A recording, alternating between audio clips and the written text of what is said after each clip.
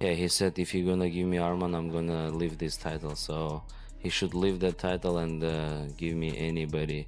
I'm not gonna looking for easy fights. I can fight with anybody. Well, you got to face the cold hard truth, so you're probably never going to get hands on a title. But I'm going to hang around as long as I possibly can and ruin as many people's hopes and dreams as I can. Dan Hooker pulls guard. He's got that same guillotine. Oh my God! What the? Arman just did a 360, 180 backwards to get out.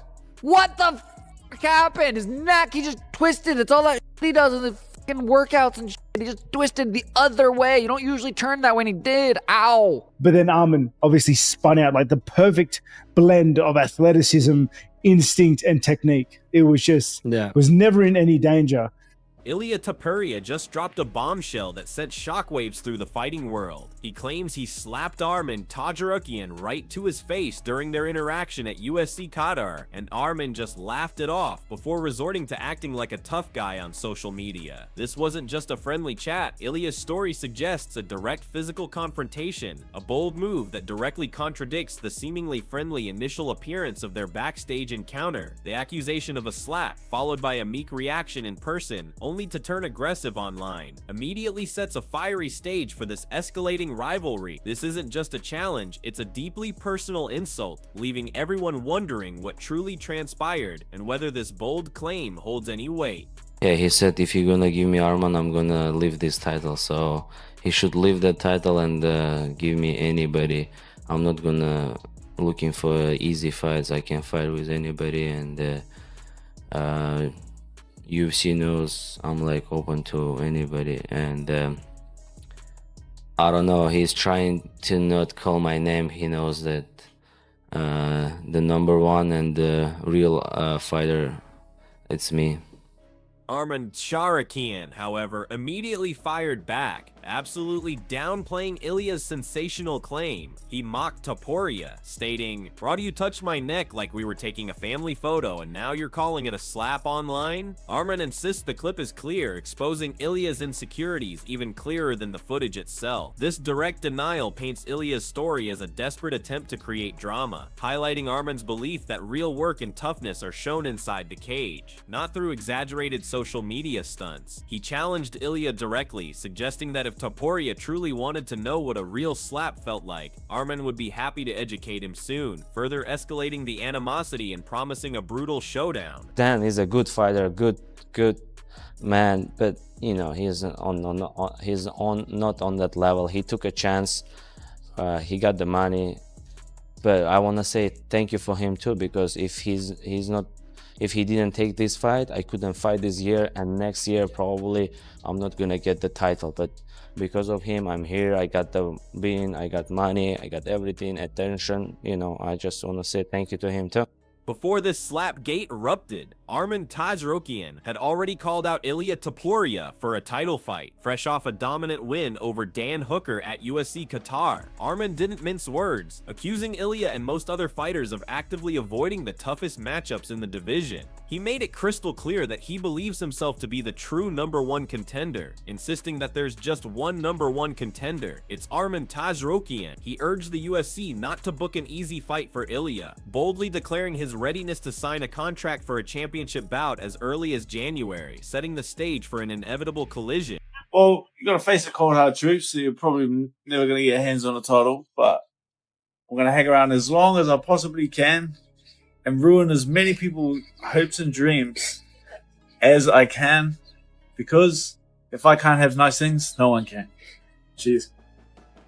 Ilia Topuria didn't just counter Arman's call-out, he launched a direct personal attack by posting video evidence of their face-to-face interaction, claiming Arman froze up like a scared duck with no idea what to do every time they met in person. Ilia taunted Arman, declaring, "You know I handle you however I want. I fight whoever the UFC chooses." He further twisted the knife by reminding Arman of the alleged slap incident, sarcastically noting, "I slapped you and you just laughed. Then you go around acting like a gangster." This was a full frontal assault on Arman's perceived bravery, effectively dismissing his online persona as pure bravado, levels below Ilia's own.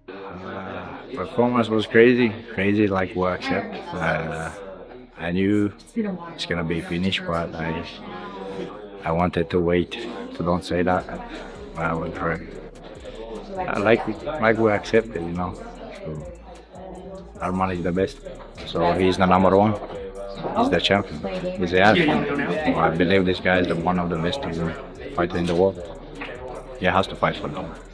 Arman wasn't about to let Ilia's scared duck insult stand. He doubled down on his conviction that Topuria is deliberately avoiding him, stating, "He knows that the number one and the real fighter, it's me." Tsarukyan repeatedly branded his matchup with Ilia as the biggest and best fight that could be made in any division, accusing Ilia of running from the challenge. He even revived a familiar nickname, telling Ilia to stop running. El Pato, a derogatory Spanish term for the duck. This wasn't just about a title shot, it was a public shaming, an attempt to strip Ilia of his fighting credibility by painting him as a coward afraid to face true competition. Big swing in here, Arman with a head outside single leg, goes into a head inside leg, Dan Hooker pulls guard, he's got that same guillotine, oh my god, what the Arman just did a 360, 180 backwards to get out.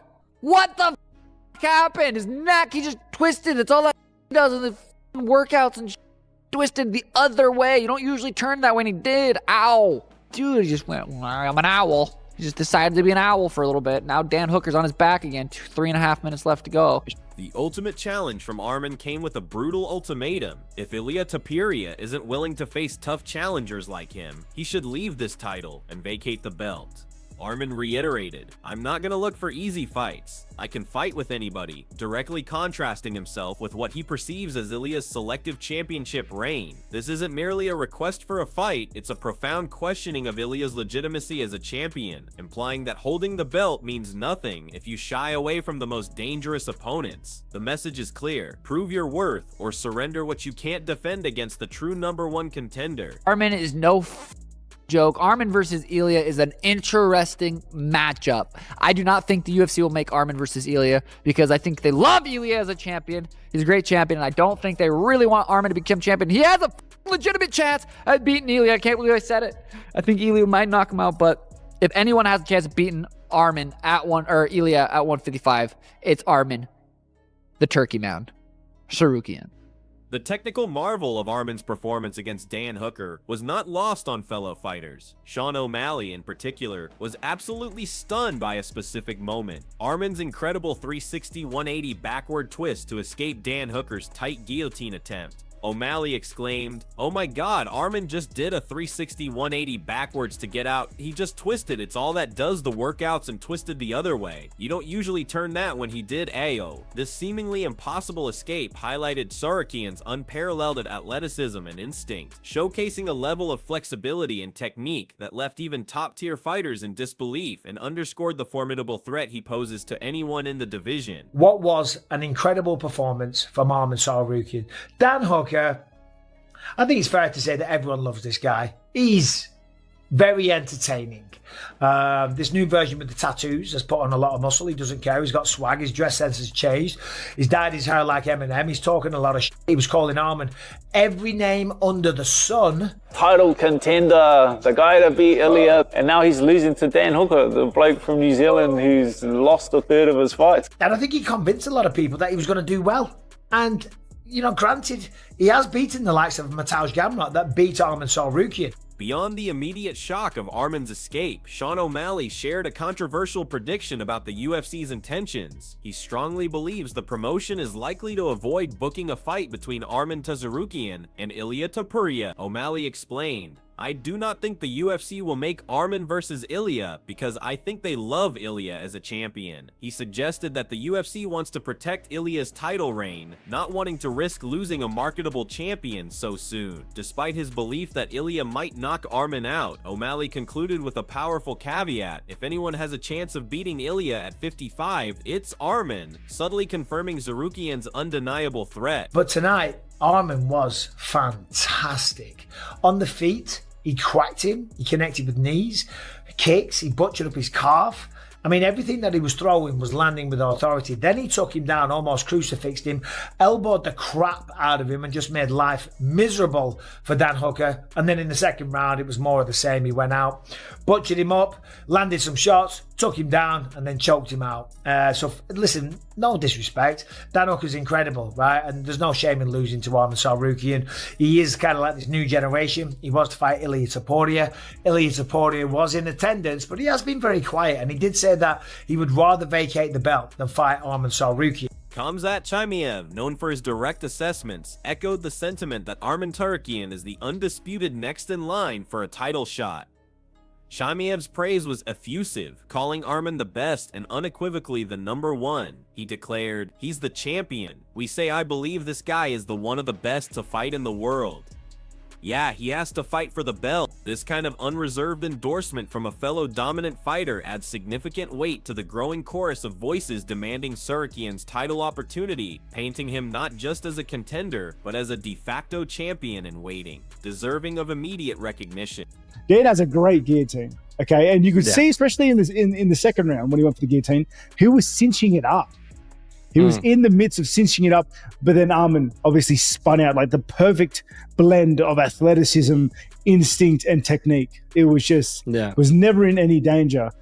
I thought Arman didn't do a lot of work in round 1 against Fence, but it looked like he took a lot out of Dan's arms and body, like that contest of strength and grappling in that first round. I felt Arman kind of invested, in that round. And then round 2, when he was in guard, that would have to be some of the best guard work I've seen, I don't know, in a while.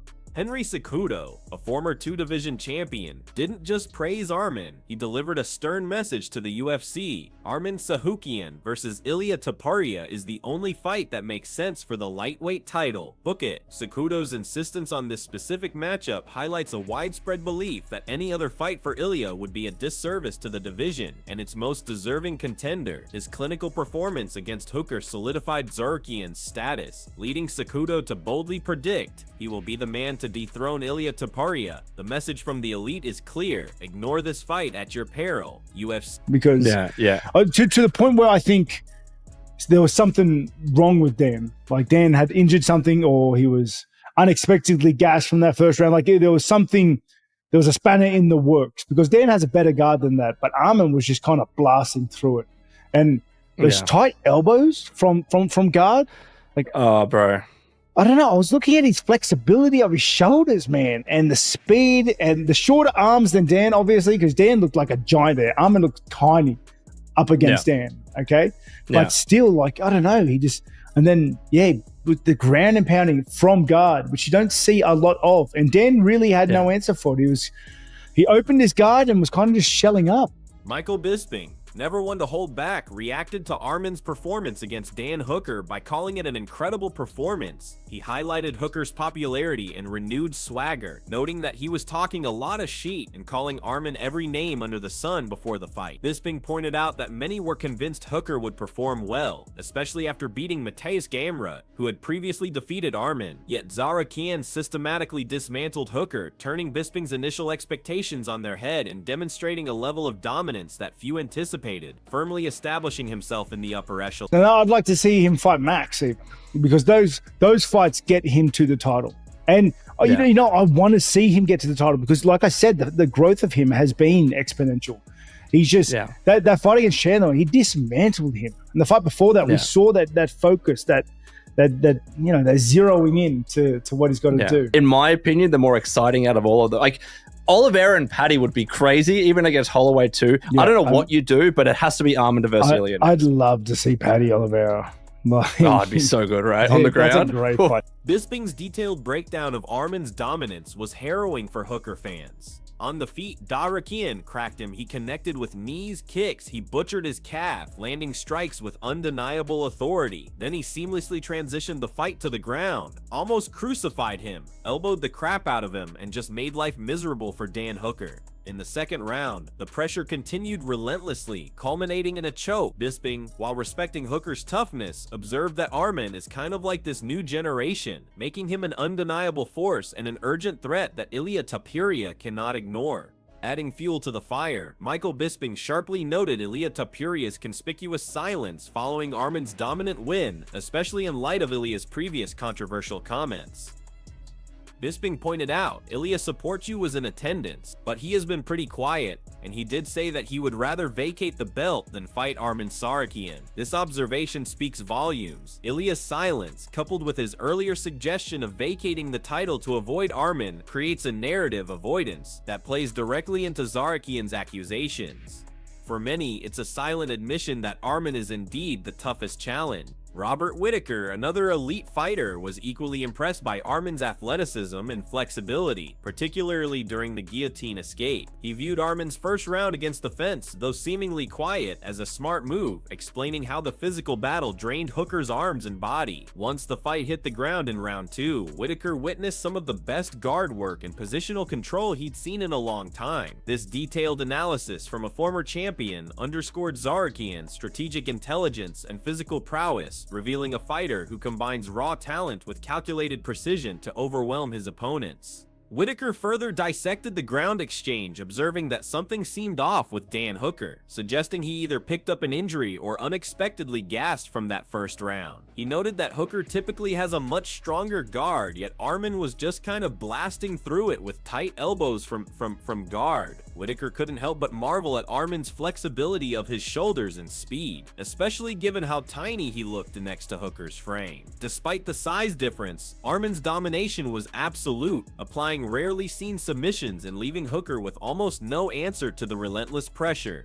Amidst all the debate over the lightweight title picture, Arman Tsarukyan took a moment to show genuine class and respect to Dan Hooker for accepting their fight. He publicly thanked Hooker, acknowledging he has bigger balls than the champ of the division, a clear jab at Ilia. Arman explained that if Hooker hadn't stepped up, he couldn't fight this year, and next year, probably I'm not gonna get the title. Because of Hooker, Arman was able to stay active, gain money, attention, and new opportunities, emphasizing how crucial that fight was for his career trajectory, making his respect for Hooker feel deeply sincere despite their intense battle. Dan Hooker, despite the devastating loss, responded with mutual respect, echoing Arman's sentiment. He simply replied, "Respect mate, absolute class," acknowledging the professionalism and genuine sportsmanship shown by his opponent. However, Hooker also delivered a dose of his signature dark humor, joking that he'd probably never gonna get hands on a title, but in a defiant, almost menacing tone, he added, "I'm going to hang around as long as I possibly can and ruin as many people's hopes and dreams as I can, because if I can't have nice things, no one can."